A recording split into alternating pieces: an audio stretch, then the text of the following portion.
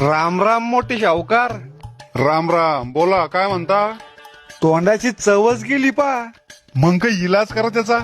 इलाज करायचं काम नाही, मटण खा वाटू राहिलं. मग मले खाता काय?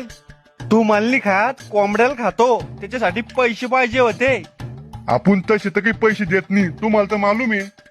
तसे कोण मागू राहिलं तुम्हाला? आपल्याकडे लय जमीन आहे. काय एकरान घेता बोला. मटण खायसाठी जमिनी कुराल तुम्ही? अरे खायासाठी जगतो माणूस. अहो भविष्यात लय जमिनीला भाव येणार आहे. अशा जमिनी इकल्या तर तुमच्या नातरू पुतरुंडाचे खायचे वांदे होईल. नातू बितूचा विचार त्याचा ते करंग दडीचे. आपण सगळे राख रांगोळी करायची, तेव्हा ते आपलं ध्यान काढन. इकल्यावर कसं ध्यान काढन? जेव्हा ते लोकांच्या इथे रोज मजुरीनं जाईन, तेव्हा त्याला ध्यान येईन. म्हाताऱ्यानं जमीन ठुली असती तर हे दिवस आले नसते. भविष्यात तुम्हाला लय शादीन ते. बोला मोठे शाहूकार, काय एकरान घेता आपली जमीन? तुमची जमीन चांगली आहे, भारी आहे, काळी आहे, रोटच आहे, म्हणून 400 रुपये एकर.